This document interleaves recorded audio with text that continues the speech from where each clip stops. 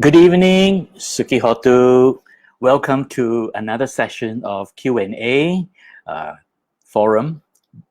Today, this is Q&A forum number 9, 17th of May. Today, we will discuss some very interesting topics. Now, before we do that, I would like to share with you this link. Please download from this link the presentation slides for tonight's sharing. So you can download that and you can use that to follow our discussion. Okay, so first we'll just take a look at some of the questions we have received. Now this is actually a set of questions that came in some time ago from a devotee in United States. I have already answered some of it in last week's session. So last week we talked about what is introspection. And we also talk about how we can actually practice it. And we discussed briefly the two types of introspection, the introspective awareness, that means just observing. And then there is also the practice of systematic introspection, which I only briefly touched on. So today we're going to talk more about this systematic introspection that we can use, right? The introspective awareness is really just to observe without any judgment, and this observation is for the purpose of calming the mind, and it is really used for the practice of Samatha meditation. But today we're going to talk about how we can take it one step further. We're going to use systematic introspection to practice Vipassanā meditation, and I will be sharing with you Bhante Punnaji's explanation and Bhante Punnaji's elaboration of what Vipassanā meditation is. And it is based entirely from the sutras. Okay, so in the sutras there are a few notable mentions of what really constitutes Vipassanā meditation. So today we're going to look at that. Okay. So we touched briefly on the difference between introspection, concentration, focusing, and so on. But today we're going to talk more in depth into this, and I hope that you will benefit from that. And as I mentioned earlier, we're going to look at what really is happening when we practice systematic introspection, and finally arriving at what is insight. Of course, the word insight in the English dictionary can mean a number of things. It can mean that, oh, you just learned about something new or something interesting or something useful, then you have gained an insight. But here in this context, we're actually not talking about that. Not that kind of basic insight, right? Conventional insight. This insight we're talking about is actually a very deep introspective insight, insightful wisdom, which is called panya, and that is only cultivated through the practice of Vipassanā meditation. Of course, there are also other ways you can cultivate it, but in the case of the prescription of the Buddha, it is through Vipassanā meditation that we can cultivate this insightful wisdom. So that is what we will cover today. So without further ado, let's move on to the first question. As I mentioned before, I number them serially. So this is a continuation of all the questions from the past. Now, these are four major areas where Bhante Punnaji has expounded. Firstly, he talked about applying experiential mindset and not existential thinking.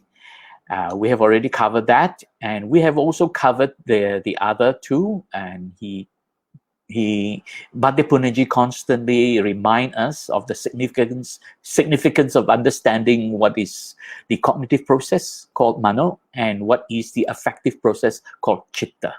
Mano is basically our intellect, our thinking, our ability to think rationally, our cognition and conception. And the affective process basically is the mood and the temperament, which is really, in layman's term, that is our emotions. So the mano is the cognitive mind and chitta is the emotional mind. And we also talked about the introspection and applying this introspective awareness. So today we're going to touch on the last part of it, basically how we can actually apply this and just relax, introspect, and be able to develop insight that can help us awaken from the dream of existence. And it is not concentration. A lot of people refer to this practice as concentration. It is not. So Bhante will explain that later on. I will show you some videos of Bhante's explanation. Okay. So I hope it is clear what we are covering today. Now, the word, the term meditation actually came from this Pali word Bhāvanā. The real meaning of the word Bhāvanā, Bhante has defined it very clearly. It is by being conscious all the time that we can control our emotions, and the constant practice of being conscious is what the Buddha called development, or Bhāvanā. So Bhāvanā, in a nutshell, really means development of the mind. Of course, you develop the body, the sila, you develop and discipline your behavior, and then you purify the mind. Okay. So Bhāvanā is really this practice which people call meditation, but the real meaning is development. And the whole purpose is to be able to develop consciousness. And this consciousness ultimately leads to a very supra-mundane level of consciousness called vijja. Vijja is the highest state of consciousness where you have insightful knowledge of all the realities of the world. Okay, so when one has cultivated vijja, one is already at the doorstep of arahantship. Okay, so Bhāvanā is cultivation, commonly called meditation. So today we're going to take a look at the Samatha Bhāvanā and Vipassanā Bhāvanā. So the first question, Samatha Bhāvanā versus Vipassanā Bhāvanā. We need to understand this before we move into talking about insight. Okay, so Samatha Bhāvanā is really the tranquility meditation. The meditation that brings the mind to a state of stillness, perfect stillness, and that is samadhi. And from there, one is able to develop further to be able to gain insightful wisdom. And that next practice would be the Vipassana, cultivating and developing this insightful wisdom.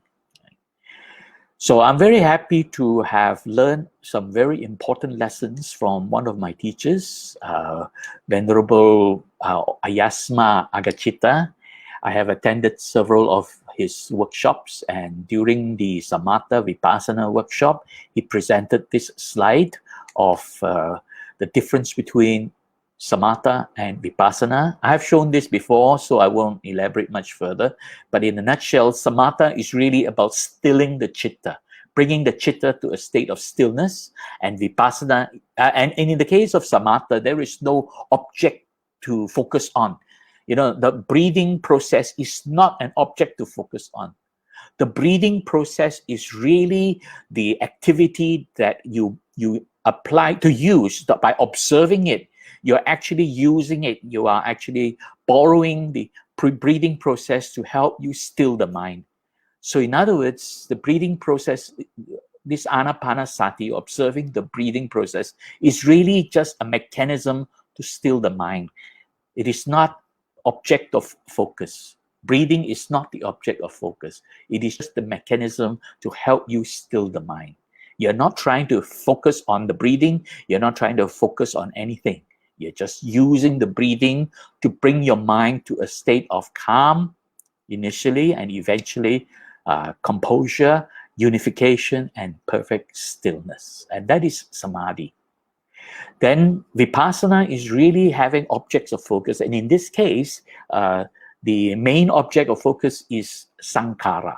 Okay, the sankhara is the mental construction, how the mind creates creating thoughts and creating images. So this sankhara is really what, in the case of Vipassana, is really what we are trying to observe, focus, and then investigate, right? So I'll bring you to the next slide, which is helpful. This is really from the sutra in Anguttara Nikaya 4.94, where the Buddha described 4 different kinds of people who cultivate bhavana. And basically, this is really talking about the method behind Samatha Bhāvanā. And this is one of the few places where it is very clearly explained, very specific. So there are 4 steps in order to bring the mind to a state of perfect stillness, stilling the chitta. Okay, so the first is to consider how is the chitta to stand properly. Now I'll elaborate on that in a moment. First is just to stand properly. That means bring steady the chitta. The next is then to bring the chitta to be able to sit properly, and that is settling down the chitta so that now the chitta becomes still. And when the chitta becomes still, in the process of becoming still, it becomes unified with the mano. So that's the 3rd step. And finally, the 4th step, then of course, it goes into deep stillness. And this is really, the whole process is really samadhi. So this is what Samatha meditation is about. This is really the process explained in Anguttara Nikaya, Book of Force, Sutra number 94, Tatiya Samadhi Sutra. Okay, the 4 types of bhavana, or 4 types of people who cultivate, develop bhavana. And when we talk about Vipassana, then what are we talking about? And in the same sutra, it was also mentioned, what is this Vipassana? Vipassana is really about investigating sankhara. So the first is to be able to observe what is sankhara, how sankhara is working, how it arises, and then begin to investigate what are the constituents behind it. So first is observing it using systematic introspection, bringing the mind inwards and observing and very clearly seeing what really is arising. Now, this is the object of focus. Here you are focusing on sankhara, the arising of a thought, right? The arising of your emotional states. So, and the arising of mental images, vijnana, right? Of course, the mental images referred to as rupa, that is part of the panchakanda, and then you have a perception of what arises, and that perception is vijnana. So this is really observing that process and then investigating that process. And the way to investigate this process is by by investigating the cognitive experience. Because by the time you get into Vipassana meditation, investigating the sankhara, your chitta is already stilled. Now there is mano going on, your cognitive process. So now you are investigating this, the activity of the mano, which is sankhara in this case. And then, of course, you will be able to discern and see what are the constituents that give rise to sankhara. And this you apply the process of seeing. You're no longer just observing, you're now seeing the process of perception. You're not just observing the object of perception, you are now actually seeing how the process is working. And this practice actually, you use the Sattha Bojjhanga, the methodology described in Sattha Bojjhanga. That is the process by which you can use to investigate cognitive experience and then develop this insightful wisdom when you reach the state of upekkha. Okay. So following that, the follow-up question would be how to apply this systematic introspection to develop insight, insightful wisdom, so that you can then develop to become awakened from the dream of existence. Fortunately, I have some very helpful videos that were recorded in the past where Bhante explained some of this. So hopefully that should help. So, but I will add on some comments I have. First, we look at the whole process. When we talk about Vipassana, meditation, then developing this insightful wisdom, how do we go about it? So the Eightfold Way teaches the complete methodology to arrive at that. Of course, first we have to have the right view, samadhi, and then we have to have right thought and right orientation, which is sammasankappa. And from there, we begin to discipline our behavior, the sila. And having developed that point, now we go into the meditation part, the samadhi. And of course, the last one, samadhi, is commonly translated as right concentration. I want to point out that is just the conventional popular translation. The real meaning is really mental equilibrium, what Bhante Punnaji has explained. Samadhi is harmonious mental equilibrium, right? So in the green part, the meditation part, there are three major areas to deal with. The first is purifying the mind, bringing the mind to a state where it's no longer contaminated with impurities. And that is the practice of right effort. And the methodology behind it is these 4 harmonious exercises. We already discussed this, so I won't go much deeper into it. The Chattari Samapadana. We've already discussed those 4 harmonious exercises in previous forums. And we also discussed the next one, which is Satipatthana. We have already talked about it in the last sharing, the last QA forum. So if you want to know, if you are new to this, you can go back to the previous forum, QA forum number 8, and also some earlier ones where I explained quite a lot about the practice of Satipatthana. So then today we're going to take a look at this last part where it leads us to cultivate and develop this insightful wisdom, right? This insight. And that is the practice of Satta Bojjhanga. Now, some of you may be questioning, how come I am showing these methodologies? These are actually mentioned in the sutra, right? And so today we will focus on that. I'll show you where it is mentioned first. In the Anapanasati Sutra, there are a few places, right? Besides the Eightfold Way, there are 2 major sutras that mention it.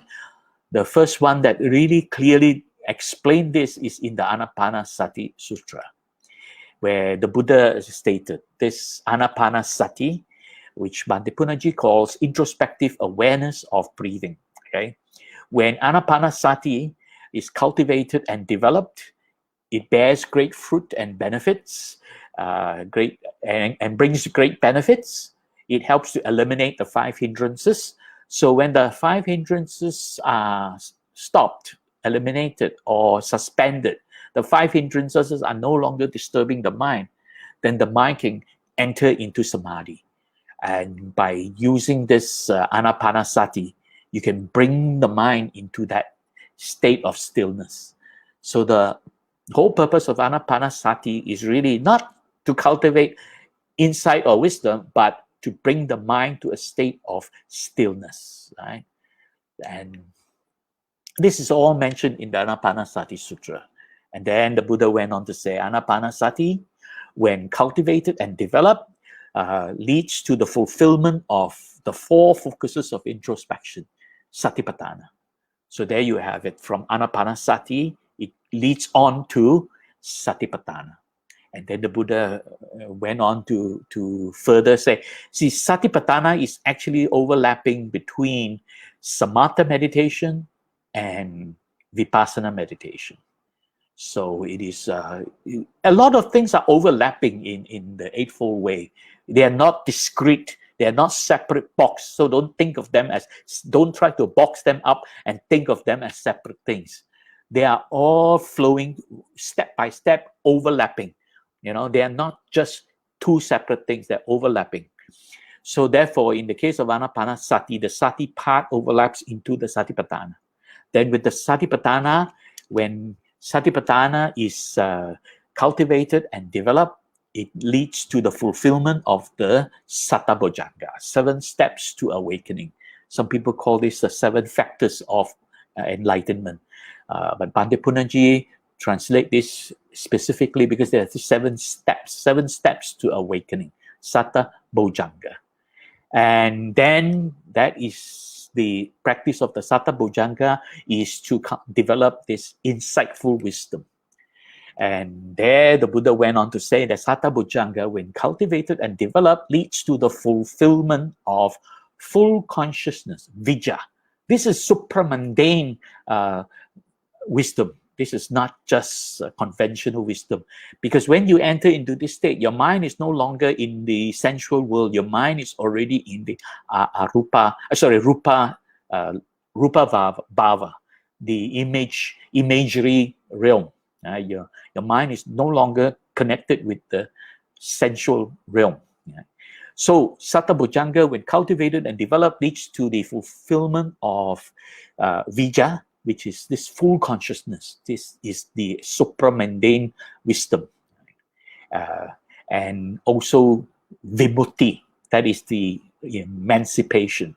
This is to awaken from the dream of existence. So when you reach that state, you are already at the doorstep of attaining arahantship, right?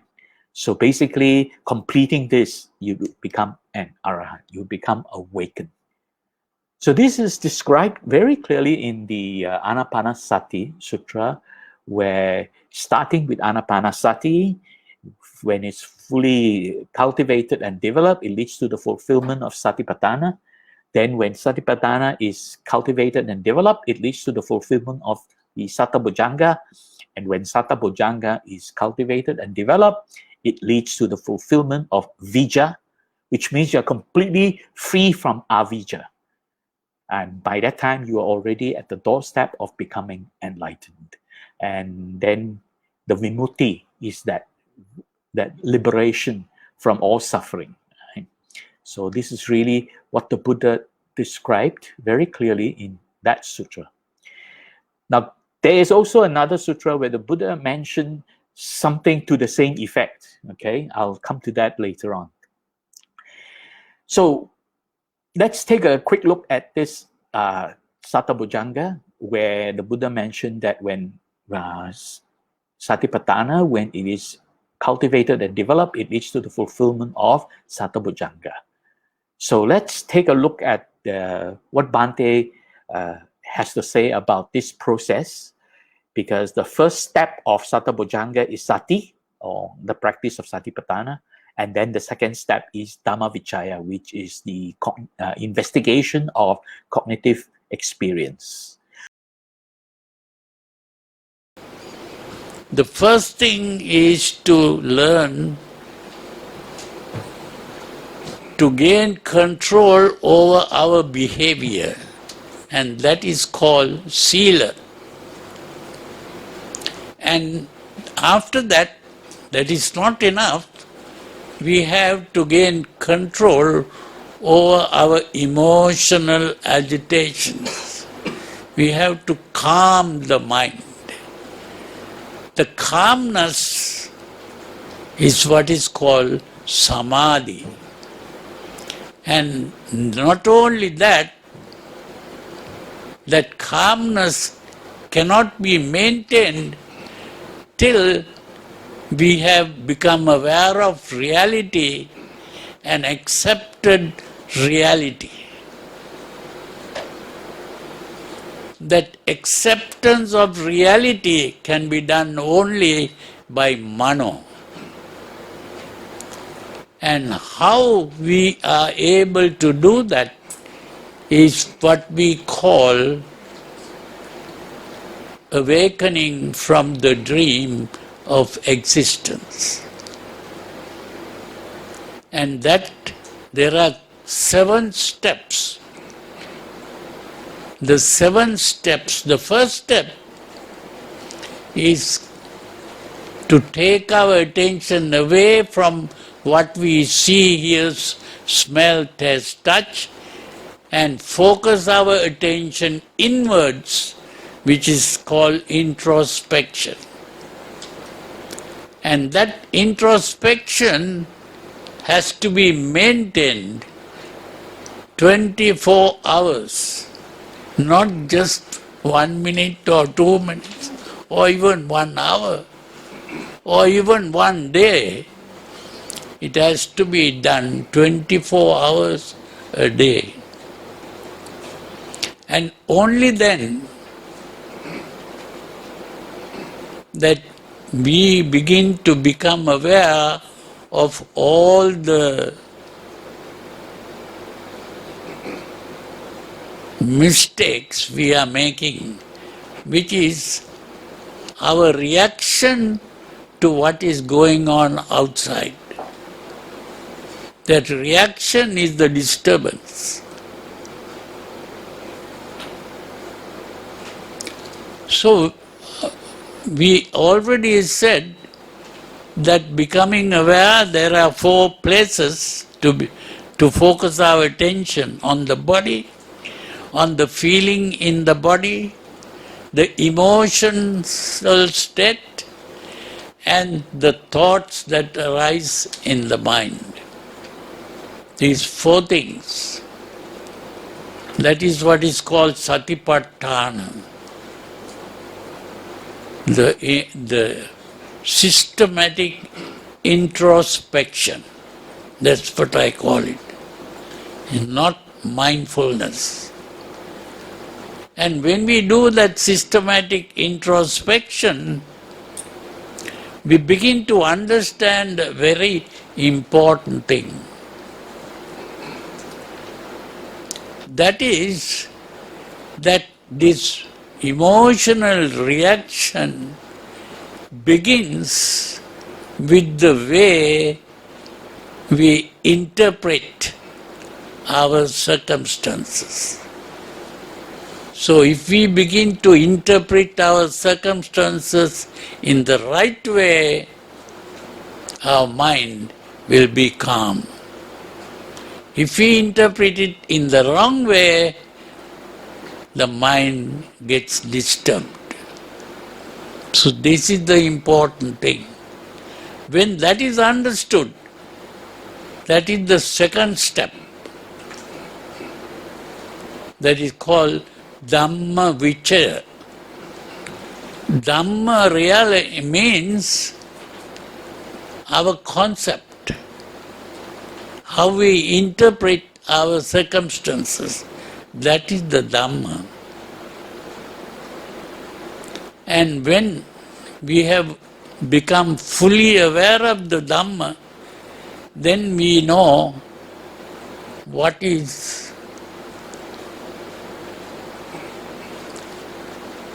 the cause of the emotion, and this way we begin to understand by changing the way we interpret our circumstances, we can gain full control over the chitta, that is mood, that is getting excited. All right. Bhante was using the example of investigating our cognitive experience, how emotions are arising, and how we form these thoughts and concepts. And because our thoughts and concepts are maybe not wholesome or not formed in the proper way, we begin to behave in a way which may not be helpful to our own cultivation. So here, Bhante was using the investigating the arising of emotional states as an example, okay? But basically, this Dhamma Vichaya is the investigation of the cognitive experience, right? The way the mind is producing these thoughts, right? And thoughts are produced through the process of sankhara. So you're really investigating sankhara. The word Dhamma here is not talking about the Buddha Dhamma, so to speak. This is about experience. This is about, the word Dhamma basically here refers to experience. So here is our cognitive experience, the way the mind experiences, the way the mind produces thoughts and concepts, and how emotional states arise as a result of these thoughts and concepts. So this is really part of the whole process called the insight meditation, Vipassanā Bhāvanā. And I would like to point out, I'm going to give you the link to download this book. This is the book. This is the Arya Magga Bhāvanā Level 3 meditation guide written by Bhante Punnaji. This is actually for the advanced practitioner, but I will give you the link. You can download this later on, where I'm going to share some important important insights, important comments from Bhante. Right? This is found on page 10 and 11. Now, if you download the slides I mentioned before, this is the link. You can download the presentation slides, then you will be able to see these slides that I'm showing here. Okay. Right. So this, the first thing that Bhante was referring to, this Vipassanā Bhāvanā, is that cultivation of these 7 steps to awakening, the Sattha Bojjhanga, is the real Vipassanā Bhāvanā that the Buddha taught. And this is, as I pointed out, was mentioned in the sutras. This is not something which somebody makes up. Quite a number of people I have come across, now I'm not criticizing anyone, but I'm just pointing out that quite a number of people I've come across, they talk about Vipassana meditation, and they are talking about all kinds of techniques, all kinds of methods. If they don't refer to Sattha Bojjhanga, then they are not referring to what the Buddha taught as Vipassana meditation. Because there are many teachers who make their own methodologies. So this is something you have to be aware of. The real method, the real process to be practiced that the Buddha taught is the Sattha Bojjhanga, because it's mentioned very clearly in a number of sutras that this is the Vipassanā Bhāvanā part. This is the final part of Bhāvanā where you can develop vijja, right? That is insightful wisdom, the insight, so to speak. Okay. And Bhante Punnaji actually refers to this as vidassana, right? Because the word vipassana is something, it's just a general term, right? It is not it is talking about observing and seeing. But here, vidassana is not only observing and seeing, but actually fully comprehending. That's why Bhante preferred to use the term vidassana bhavana rather than vipassana bhavana. Passana is just seeing. So when you look at something and then you begin to see clearly what you're looking at, that is vipassana. But when you begin to understand how that comes to be, that is vidassana. And that is really why Bhante used that term. So I hope that is clear why Bhante preferred to use that term vidassana. And Bhante went on to say that in this whole process of vidassana bhavana, it is really the development of super perception. Here is beyond perception. Perception is what you are able to see. Right? You look at something and you see it, and you are aware what it is. But here, super perception is you become aware of the process behind it, how it arises. So you're no longer looking at what it is, you are looking at how it arises. So you're looking at the rising and falling, the arising and falling. So you're no longer looking at what is, but rather how it arises.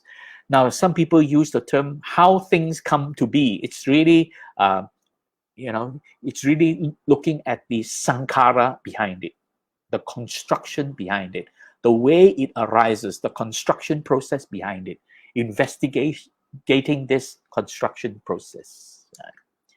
And Bhante went on to mention that basically focusing our attention on this process of perception, the panchakanda, rather than the object perceived. In other words, we're no longer looking at what has been seen with the eyes, heard with the ears, like smelled with the nose, tasted with the tongue, and touched with the body.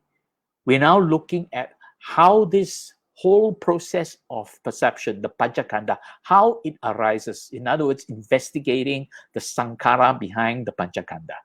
So this is really the whole process of investigating. And this investigation takes place when the mind attains that state of apperception, upekkha. So in the state of upekkha, which comes after the four jhana, then the mind is able to investigate and develop this insightful wisdom. And Bhante calls this insightful wisdom as the paradigm shift. You're no longer observing what exists. In other words, it's not an existential thinking anymore. You are now aware, fully comprehending how it arises. That is experiential mindset. So this is the paradigm shift. The mind is no longer looking at what it is, but the mind is now fully comprehending how it arises. Right? So, and that comprehension leads you to this super perception, and then eventually you will develop fully the vijja, the full comprehension of all that arises. Right? So I won't go much further than that, because this is, if you have reached a certain level of development in your bhavana, then you will be able to understand what Bhante has explained in the book. So I suggest that you can start reading the book and practice, and then you can actually gain something from it. Because I can sit here and speak for another 2 or 3 hours. It's not going to make you understand it. This is a very experiential process. This is something you really have to practice it and investigate it yourself, and then gain that insightful wisdom. Right? So Sattva-bojjhanga is the 7 steps to awakening. Cultivation of Sattva-bojjhanga, the 7 steps to awakening, leads to the awakening from the dream of existence. That's why it's called 7 steps to awakening. Awakening from the dream of existence means you are no longer tied down to existence. And when you are no longer tied down to existence, when the body, the processes in the body ends, that means when the body dies, you're no longer reborn. Right? So this is really the freedom from all existence. After the body has ceased, then you no longer get reborn. That's really what it means to awaken from this dream of existence. Right? And this is basically the process. I will not go through step by step, because Bhante's book explained this. But in a nutshell, we begin with bringing the attention inwards, as Bhante described earlier, and the practice is satipatthana. And this is the systematic introspection. And then we investigate how these mental states arise. And this is the investigation of cognitive experience. And in the process of investigating, you begin to develop this cognitive strength. Now, this virya is sometimes translated as willpower. It's really not willpower. It's a cognitive strength, right? It's a kind of strength that is in the mind. It is not physical strength. So this cognitive strength. And when you have that, your mind becomes very clear and very still. And you experience this satisfaction, the cognitive satisfaction called piti, contentment, or rapture, as you want to call it. Unfortunately, you have to be careful. The conventional meaning of the word rapture refers to some emotional excitement. PT has no emotional excitement, because by the time you arrive at this practice, the chitta, the emotional mind, is no longer active, disturbing the mano. The chitta is already unified with the mano. The two are already become one. The mind is unified. It's no longer separated between chitta and mano. It's now one mind, right? And that's why they call that single pointedness. But actually, the real meaning is unified mind, flowing together, the two minds flowing together, right? Hand in hand, basically, the chitta and the mano together, unified, flowing. That is ekagata. So when the mind has reached that state, there is no more emotions. That's why it's called cognitive satisfaction, contentment. This is not an emotional state, right? So the word rapture, you have to be very careful. If you look at the dictionary, rapture usually carries a connotation that it is an emotional excitement. There is no emotional excitement. It is contentment. It is cognitive satisfaction. The mind is glad. You can use the word glad, right? Not excited, so to speak. And then the body becomes fully relaxed because the body reaches a state where it is now very relaxed. The body is no longer active in this case. So that there is a physical bodily relaxation called passaddhi. So the mind and the body are stilled. And then it reaches the state of samadhi. And this is the mental equilibrium, perfect stillness of the mind. And then when it has reached that point, this is really at the fourth jhana already. Then once you have reached the fourth jhana, where the mind is fully unified, that's it, then upekkha is developed. And with upekkha, you are able to see how sankhara works, how sankhara is happening. So I'll let Bhante explain this. I'll just go on with this. So this is why it is very important to understand that samadhi is not concentration. Most people translate it as concentration. Samadhi is not concentration, it is a state of mental equilibrium. Now, when you reach that state of mental equilibrium, that is called entering the jhana. Entering the jhana. And what is the meaning of jhana? Now again, a lot of people think jhana is a state of concentration. Jhana is not concentration.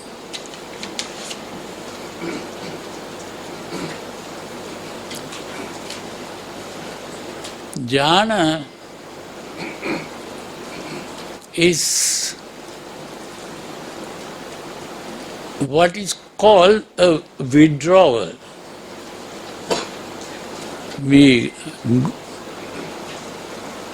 Now, if I go out of this room and stay at the door outside, that is called standing out. That standing out is called ecstasy. The word ecstasy is usually understood as getting excited. It is not getting excited. It is standing out of all excitement. That means calming the mind. All the emotional excitement, you are getting out of it. That is standing out. So, you are withdrawing from the world of emotional excitement. It's a withdrawal and standing out. So the first ecstasy is to stand out of the emotional world. And once you have been standing out, you are still thinking, you can form concepts, but those concepts are not concepts that create emotional excitement. It is like this is breathing in, that is a concept. This is breathing out, that is a concept. This is relaxing the body becomes relaxed, that is a concept. So, by observing something, we begin to ask the question, what is this? And then we answer the question. That is the meaning of Vitakka and Vichara. Vitakka is answering the question and Vichara is asking the question. So every concept that we form is answering the question, asking the question. Vitakka and Vichara. When the mind enters into the jhana, the five hindrances are already stopped. And in the case of most of us, basically in the case of all of us, unless you are already an arahant, the five hindrances are suspended only temporarily while you are in this state. So when you're in this state of mind, your five hindrances are temporarily suspended, stopped, right? They are not completely eliminated. Only an arahant, all the five hindrances are completely eliminated. So you stopped it, you're in this state, but once you come out of this, then the hindrances start to return and you start to behave affected by the hindrances. Right? Now, Bhante mentioned about standing out. So basically, jhana is really the gradual withdrawal of the affective process of chitta. By stilling the chitta, you are actually withdrawing from the chitta, withdrawing from emotional mind, the affective process. And when that happens, the chitta and the mano, the two parts of the mind, the two activities of the mind, become one. They become unified, right? And there are five constituents that make up the jhana. Once you have stopped the five hindrances, you then develop these five constituents: Vitakka, Vichara, Piti, Sukha, and Ekaggata. Right? Bhante was mentioning Vitakka, Vichara is referring to inquiry and inference. Vichara is the inquiry. Now, you're not really asking a question because this is happening autonomously. You're not actually doing it. It is happening. So when an object appears, and let's say when you see, your eye sees an object, the mind autonomously, has a question. Oh, what is this? That is the vichara. And then the mind begins to interpret and produce the answer and say, this is, let's say, a mouse. This is somebody standing in front of me. This is a computer. This is a television set. So that is the vitakka part. So this is the inference. So this process is constantly going on, right? But when you are entering into the jhana, this is no longer dealing with sensory perceptions anymore. This is dealing with observing your breath. So when you are observing the process of breathing, now again, I'm saying that you are just observing the process of breathing. You're not really analyzing the breath itself. Right? So this thing about people telling you, oh, you have to analyze the breath, that is not correct. You're observing. Right? At this point, this is the samatha part. So you become aware. You observe the breathing process going on. This is a long breath. This is a short breath. Breathing in, breathing out. You become aware of it. And that awareness is the result of this vitakka vichara. And the mind is now at a state where it is contented. That's why it's called cognitive contentment, PT. And the body is perfectly comfortable. The body is not agitated. There are no hormones released that the body is now tensed and all that. None of that. But do be aware when you are meditating and there is tensions in the body, then the tensions in the body will prevent you from developing these 5 jhanangas, right? The 5 constituents of the jhanas. So in other words, if you have irritation in the body, right, then you will not be able to experience these 5 constituents because the sukha part will fail. When you are not able to develop the sukha, then you will not be able to experience the jhanas. You will not enter the jhanas. Okay, and at this point now, the mano and the chitta begins to be unified. The process of unification has begun.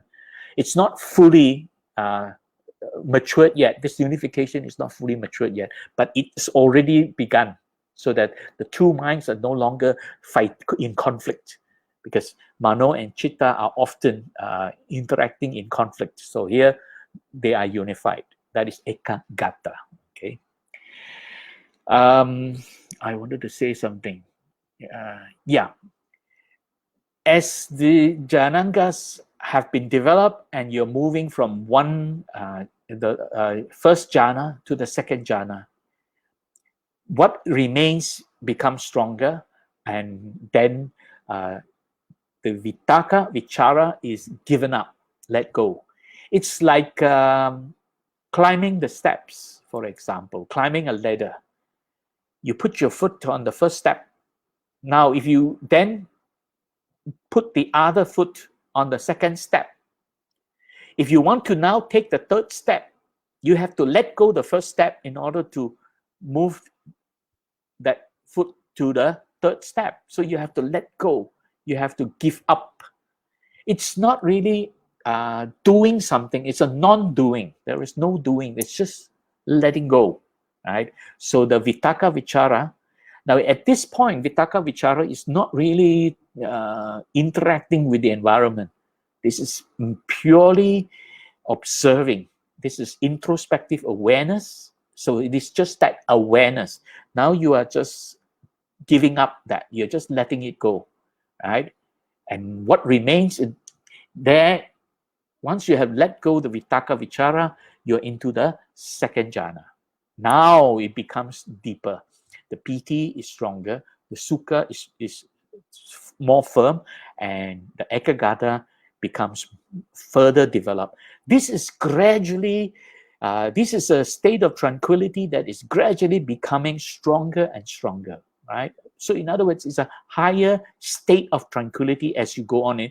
It's in other words, the second jhana is more, in a way, more tranquil than the first jhana, because there's no longer the observing going on. The awareness, introspective awareness is, you're no longer applying the awareness. Now you are no longer having these thoughts, right? The thoughts of observation, thoughts of awareness. You're moving on into there, and then the mind becomes more still, more tranquil, and then it goes on until it reaches the fourth jhana. Okay. So now let's listen to Bhante explain, very simply put, these the progression from the first to the fourth jhana. Okay.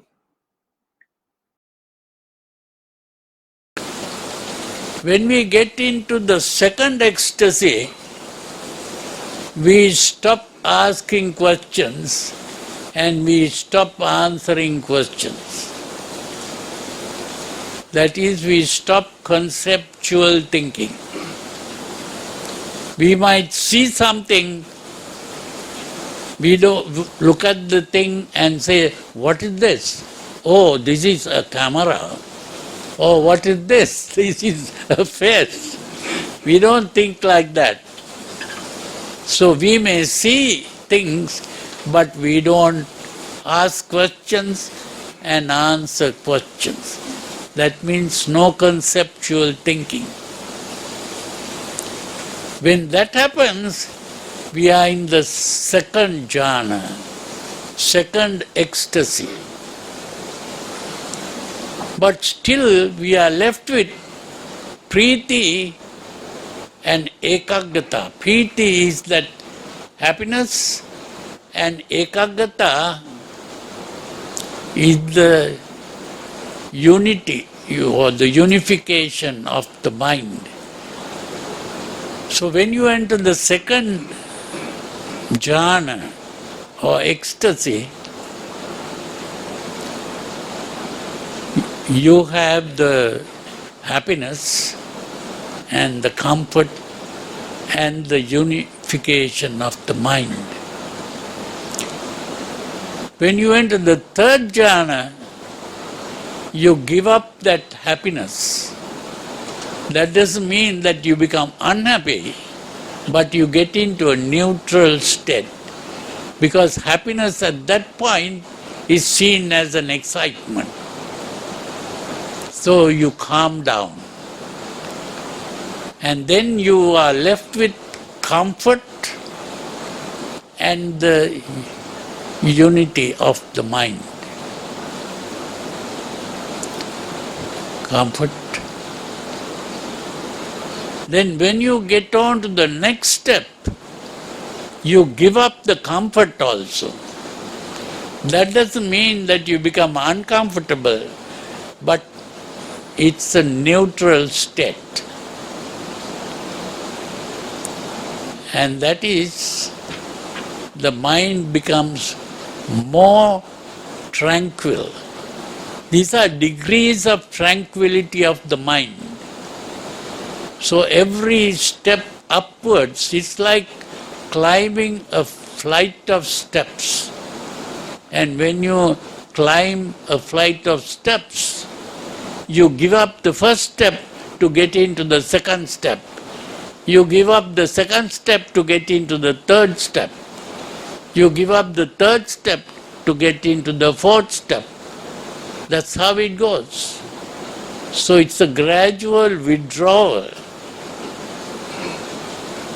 And when you come to the fourth step, the fourth ecstasy, your mind is completely focused on one thing.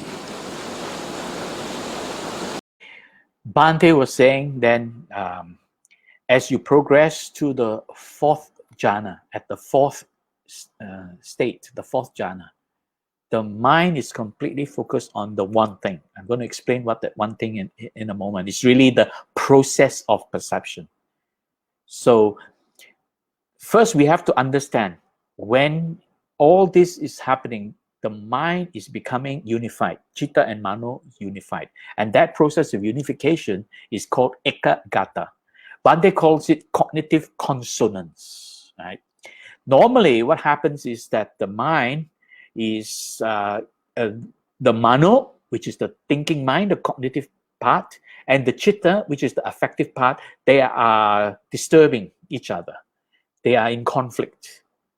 And that is called cognitive dissonance. Dissonance means being torn apart.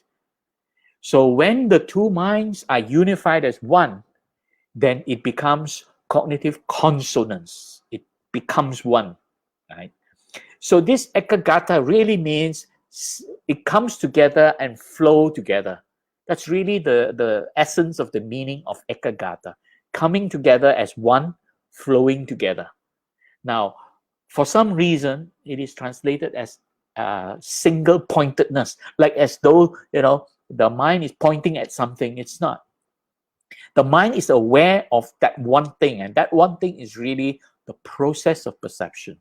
This is when you reach the fourth jhana, then there is a paradigm shift. Right? The mind is now moving from this state of ekagata, developing upekkha. And that I will explain upekkha in a moment. But let's listen to Bhante talk about this ekagata.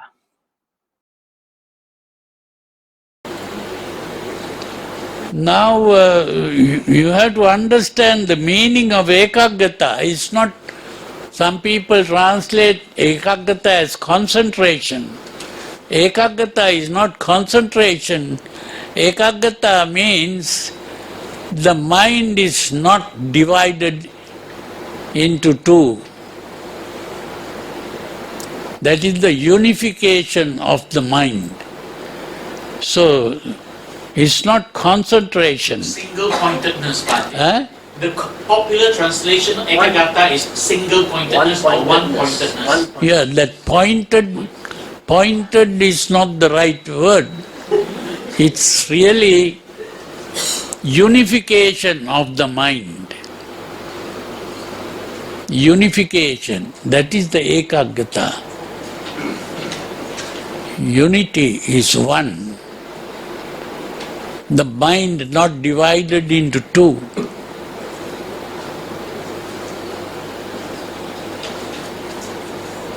That means Mano and Chitta are working in unison. That's right. Not in conflict. Yeah, Mano and Chitta not pulling in two different directions. That's why you translate it as cognitive consonance. Yeah, cognitive consonance. Yes. So Bhante defines ekagata as cognitive consonance, right? That the mind is fully unified, flowing in one, together as one, no longer in conflict, no separate mano and chitta being separate. No, they are now one. The two are one. So the emotional mind, chitta, is no longer operating in that sense. It's now unified with Mano. Okay. So basically, when we talk about the Satabhujanga, up to this point, the mind is at a state of samadhi. And what happens after the fourth jhana is that it is developed into upeka, right? This is apperception. Bhante calls this apperception. So let's listen to Bhante's explanation of the meaning of the term upeka. And from there, one becomes awakened from the dream of existence after that point. Because by that time, at the state of apperception, the mind develops this insightful wisdom, vijja. And with vijja, the mind then can become liberated and vimutti, that emancipated. And when you have vijja and vimutti together, then you would reach the state of becoming an arahant. Okay. The upekka is really upa ikkati. Upa means inside. Ikkati means to see. So we have been looking inside and seeing inside. There are two things, looking inside and seeing inside. Looking inside is the introspection, which is satipatthana, which is normally called mindfulness. We call it introspection. That is looking inside. Then seeing inside is what is called apperception. Apperception means a perception. It's not really perception.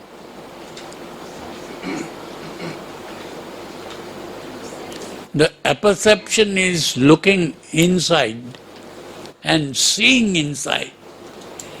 Seeing inside is the apperception. Looking inside is introspection. So it's very important to understand this fully. And if you have understood this by now, that is, you are an arahant. Arahant means a breaker of bonds. We are being bound. We are bound to this concept of self. It's like we are tied with a rope. And we are tied with a rope to this concept, I am. Just as Descartes said, I think, therefore I am. So the thought I am is a delusion or a memory or something. We have to awaken from this dream. It's a dream. We are dreaming. It is like a robot that is dreaming that I exist. So we are like that. We are not really, there is no I here. We are only dreaming that we are existing. We are only dreaming that we are existing. And Bhante was saying that when you have reached this state here, you now become the Arahant, right? Okay, so for one who has developed up to this point, then you are now the Arahant. You have full vijja. You're no longer encumbered by avijja. You have completely cleared of all avijja. You have full vijja, full comprehension. So there's really three things going on. First is bringing the attention inwards, and that is looking. Well, when he used the word looking, he was really talking about mentally observing, right? And then beginning to observe what is happening. As you observe what is happening, the second thing happens. Now you begin to see the whole process happening, and you're able to investigate this sankhara, right? And this is the apperception part, the upekkha. The upekkha is the ability to see how it is all constructing. And then finally, you gain this insightful wisdom, the insight, and you will then have full comprehension, vijja. With vijja, you can then free yourself from the suffering, vimutti. With vijja and vimutti together, you are now becoming the Arahant. And this is really what Bhante meant. And up to this point now, the mind is fully aware of the one thing, and that one thing is the Panchakanda. So that one thing is really this process of perception, the Panchakanda, and the 5 constituents of the process of perception, or people call it the 5 aggregates, right? Now, I will be talking about this next week as a precursor to begin to talk about Paticca Samuppada. Before we go into talk about Paticca Samuppada, it is necessary to have a clear understanding of the Panchakanda, the process of perception, and what the 5 constituents are and how they come to be. So this is really a necessary condition to be able to understand the Paticca Samuppada, which I will do in a future session. So next week, I'm going to do Panchakanda. So come back next week, okay? And with this, I end my presentation. I hope this has been helpful. Thank you very much. And you can download the presentation slides from this link, and I promise you the link to the Arya Magga Bhāvanā meditation guide level 3. So you can also use that link to download that book, Arya Magga Bhāvanā level 3. Right, so I hope you have found this beneficial. So far, I don't see anyone posting any questions. So I think we will bring this to an end. With this, I thank you very much. And if you have any questions out from this presentation, please drop me a line. You can write me through my email, or you can contact me through my Facebook and drop me a message. We have spent this past hour and a quarter together, this past 1.25 hours together, and we have used this very productively for Dharma, and we have cultivated, gained quite a lot of good merits from this sharing. We also realize that there are a lot of people around the world who are suffering from the coronavirus pandemic. So let us now share the merits with those people who are suffering from coronavirus pandemic. We put our palms together and let us recite together. We dedicate the merits we have acquired from sharing the Buddha Dharma to all beings affected by the coronavirus pandemic around the world. May suffering beings be suffering free. May the fear-struck fearless be. May grieving beings shed all grief. May all beings find peace and relief. By the grace of the merits we have acquired, may we never follow the foolish. May we follow only the wise, until we attain the highest and most supreme bliss of Nibbana. Let us now dedicate these merits and recite together 3 times. Idang me nyatinang hotu, sukita hontu nyatayo. Idang me nyatinang hotu, sukita hontu nyatayo. Idang me nyatinang hotu, sukita hontu nyatayo. Sadhu, sadhu, sadhu. Thank you very much for joining us. I wish you stay safe. Please stay healthy. May you be well, comfortable, peaceful, and happy. And have a good evening. Good night. Sadhu, sadhu, sadhu.